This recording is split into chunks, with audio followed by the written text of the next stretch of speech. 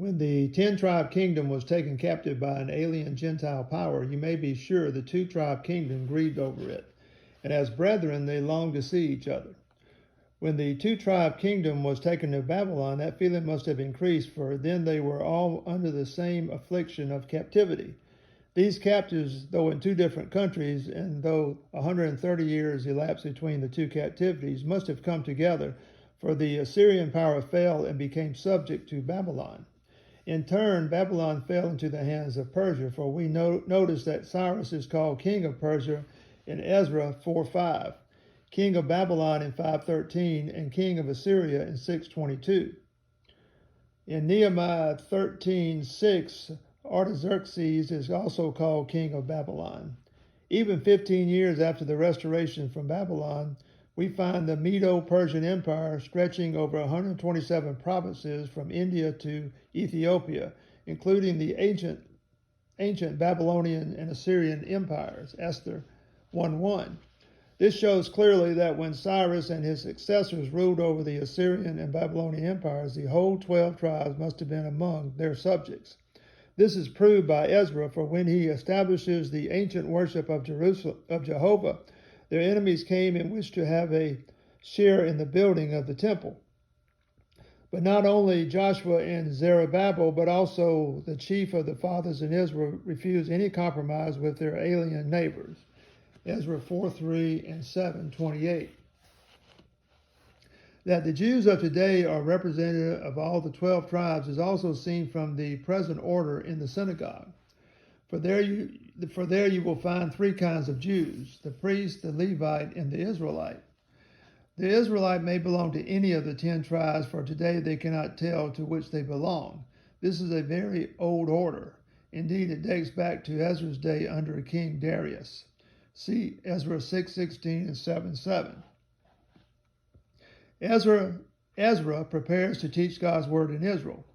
For Ezra had prepared his heart to seek the law of Jehovah and to do it, and to teach in Israel statutes and judgments. In the decree of Artaxerxes to Ezra for his people, the king says, Artaxerxes, king of kings, unto Ezra the priest and scribe of the law of the God of heaven, perfect peace, and at such a time, I make a decree that all they of the people of Israel, and his priests and Levites in my realm, which are minded in their own free will to go to Jerusalem, go up with thee. Ezra 7:10 through 13. Surely Ezra would not prepare his heart to teach God's law to Israel if Israel were not there. Neither would King Artaxerxes make a decree for a people who were not in his realm. Representative of all the 12 tribes. There must have been a large number representative of all the 12 tribes under Ezra, for we read at the dedication of the restored temple in Ezra 6:16 through 17. And the children of Israel, the priests and the Levites, and the rest of the children of the captivity, kept the dedication of this house of God with joy, and offered at the dedication of this house of God 100 bullocks, 200 rams, 400 lambs, and for a sin offering for all Israel, 12 he-goats, according to the number of the tribes of Israel. A very great congregation of Israel. Now when Ezra had prayed, and when he had confessed, weeping and casting himself before the house of God, there assembled unto him out of Israel a very great congregation of men, women, and children. The above scriptures do not leave room for any legendary notions and concocted theories to prove the transmigration of Israel to the British Isles, or to identify them with the pagan and piratical Saxons and Angles. The British Israel theorists must need an argument very badly if they go to such fanciful theories to prove their case, as saying that the word British means in the Hebrew a man of covenant. Anyone with even a little knowledge of Hebrew would not entertain such a perversion. Any public schoolboy knows that though the etymology of the word Britannia is uncertain, most writers think it is derived from the Celtic word Brith or Brit, meaning painted, referring to the custom of the inhabitants of staining their bodies to look more fierce in battle. Saxon, they say, means Isaacson. Let me give you the Hebrew for the son of Isaac, or Isaac's son, and see if you can find any similarity in it. Ben Yitzchak, Ben-Yitzchak, or Baryotzichak, Baryotzchak. No intelligent reader will detect any likeness in the above. A nation and a company of nations. The British Israel Friends say that God said to Jacob, "Be fruitful and multiply, a nation and a company of nations shall be of thee, and kings shall come out of thy loins." Genesis 35:11. Surely, they say, this fits us, for we, as the British Empire, are a company of nations. They also quote the promise given to Abraham, that in blessing I will bless thee, and in multiplying I will multiply thy seed as the stars of the heaven, and the sand which is by the seashore, and thy seed shall possess the gate of his enemies. And thy seed shall possess the gate of his enemies, and in thy seed shall all the nations of the earth be blessed. Genesis 22:17 and 18. They say that the British nation does possess the gates of her enemies, and we are a great multitude of peoples and a blessing to the nations of the world. But why not be consistent and apply those promises to all Abraham's seed? For the promise was reiterated to Jacob, and Jacob had 12 sons. Therefore, the promises must stand good for them all, so that if the 10 tribes are enjoying God's promises now, why do the other 2 not enjoy them? The fact is that Israel and Judah are still not possessing their possessions, for when Christ possesses Israel, the whole 12 tribes, then and not before them will Israel possess her possessions.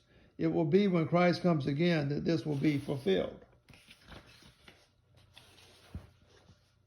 Behold, the days come, saith Jehovah, that I will raise unto David a righteous branch, and a king shall reign and prosper, and shall execute judgment and justice in the world.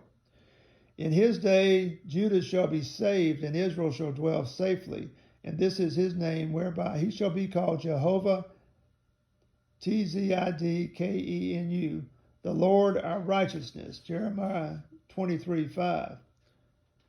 At present, neither Judah is saved, nor does Israel dwell safely, but they will be so when the king, the righteous branch, comes. The words a nation and a company of nations are misunderstood by the Westerners, like a good many passages in this precious Eastern book. It is Eastern language, and they are not Western ideas of nations and kings. Remember, God gave these promises to a small people in the small land of Palestine, and the promises were to be fulfilled in the small land of Canaan. You cannot read into these passages great kingdoms and nations, for it would be absurd. First of all, it is God's figurative way of speaking. Notice in Deuteronomy 1:10 and 10:22. The Lord thy God hath multiplied you, and behold, you are this day as the stars of heaven for multitude. The above is surely Eastern figurative language, as it is in chapter 10:22. They shall possess the gates of his enemies. Who were Israel's enemies? Where were they?